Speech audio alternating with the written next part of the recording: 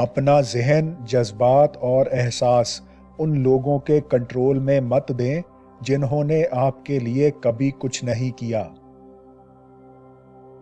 ذہن کو کنٹرول کر لیا تو جسم بھی آپ کے کنٹرول میں آ جائے گا۔ میڈیا پر جس کا کنٹرول ہے، ہمارے ذہن بھی اسی کے قبضے میں ہے۔ آپ جو سوچتے ہیں وہی بن جاتے ہیں۔ آپ حالات کو کنٹرول نہیں کر سکتے، لیکن ان کے بارے میں سوچنے کا انداز بدل سکتے ہیں۔ آپ کا لاشعور کبھی نہیں سوتا، ہمیشہ مصروف رہتا ہے۔ آپ کے تمام لازمی کام یہی سنبھالتا ہے۔ ہر رات سونے سے پہلے خود کو اور سب کو معاف کر دیا کریں۔ اندر کے زخم جلدی بھر جائیں گے۔ دوسروں کو کنٹرول کرنے والا طاقتور ہوگا، لیکن اصل طاقتور وہ ہے جس نے خود پر کنٹرول کیا۔ لوگوں کے ذہنوں کو کنٹرول کرنے کے لیے ہر سال اربوں ڈالر خرچ کیے جاتے ہیں۔ ایک ہی چیز ہے جس پر آپ کو 100% کنٹرول ہے، اپنی سوچ۔ مزے اور تکلیف کا احساس دماغ سے ہی پیدا ہوتا ہے۔ اسے کنٹرول کرنا ہی سب سے بڑا یوگا ہے۔ اچھی صحت کے لیے، اہل خانہ کو سچی خوشی دینے کے لیے اور پرسکون رہنے کے لیے سب سے پہلے آپ کو اپنا ذہن کنٹرول کرنا ہوگا۔ یا تو ذہن کو کنٹرول کر لیں یا خود ذہن کے کنٹرول میں آ جائیں۔ اپنے لیے دماغ سے کام لیں، دوسروں کے لیے دل سے کام لیں۔ آپ ایک پاگل ہاتھی کو کنٹرول کر سکتے ہیں، وحشی ریچھ یا شیر کو رام کر سکتے ہیں، لیکن ذہن کو کنٹرول کرنا ان سے بھی مشکل ہے۔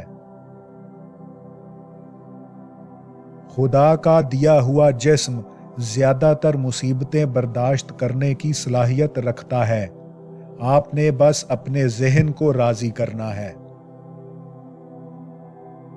اپنے ذہن کو کنٹرول کرو یا اس کے غلام بن جاؤ۔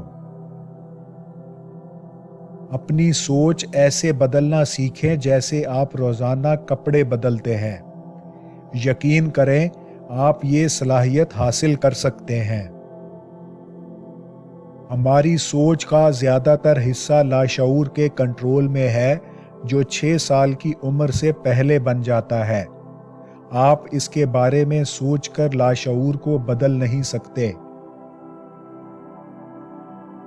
اصل سکون انہیں نصیب ہوتا ہے جو اپنے جسم اور ذہن پر قابو رکھیں۔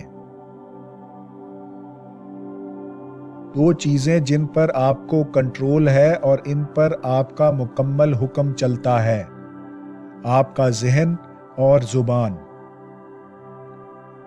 اپنے دماغ کو گوشت پوست کے طور پر ہی لیں اور یاد رکھیں کہ وہ نہیں، آپ باس ہیں۔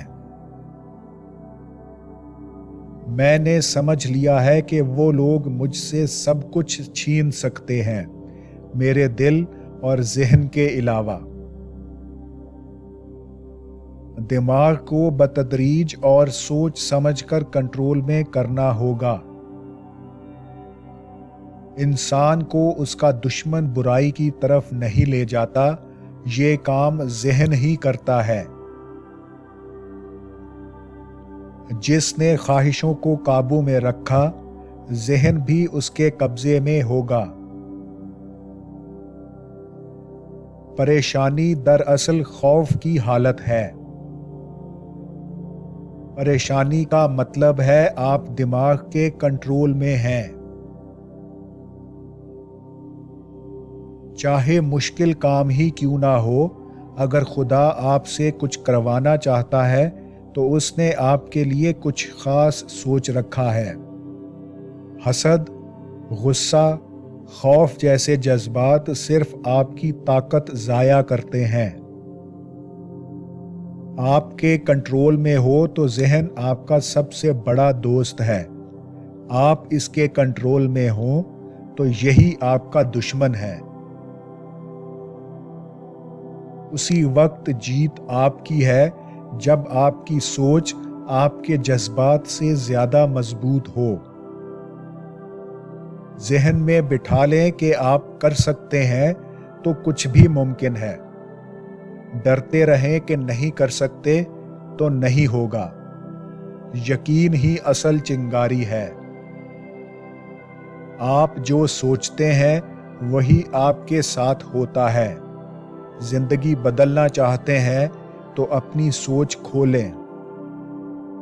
لاشعور میں جو بھی ڈالیں گے بار بار دہرائیں گے اور جذبات سے اسے پالتے رہیں گے تو ایک دن وہ سب کچھ حقیقت بن کر آپ کے سامنے آ جائے گا۔ ذہن کو مثبت باتیں بتانے کے مثبت نتائج نکلیں گے۔ اسے مایوسی کی پٹی پڑھائیں گے تو ناکامیاں ہی ملیں گی۔ حقیقت آپ کی سوچ کا یا ان چیزوں کا عکس ہے جن کے بارے میں آپ اکثر سوچتے رہتے ہیں۔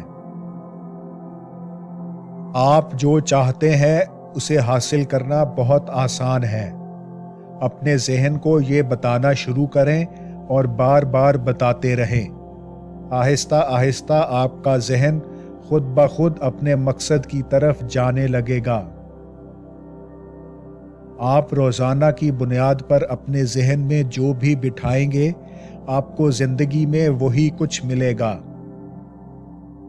آج آپ جہاں ہیں اپنی سوچ کی وجہ سے ہیں۔ کل آپ جہاں ہوں گے وہاں بھی آپ کو اپنی سوچ ہی لے جائے گی۔ کچھ بھی اچھا یا برا نہیں ہوتا، آپ کی سوچ اسے اچھا یا برا بنا دیتی ہے۔ اپنے سننے والوں کے مائنڈ کنٹرول کرنے کا لازمی طریقہ ہے کہ انہیں کنفیوز کر کے رکھیں۔ اپنے ذہن کو جتنا زیادہ کنٹرول کریں گے ہماری خوشی بھی اتنی زیادہ بڑھتی جائے گی۔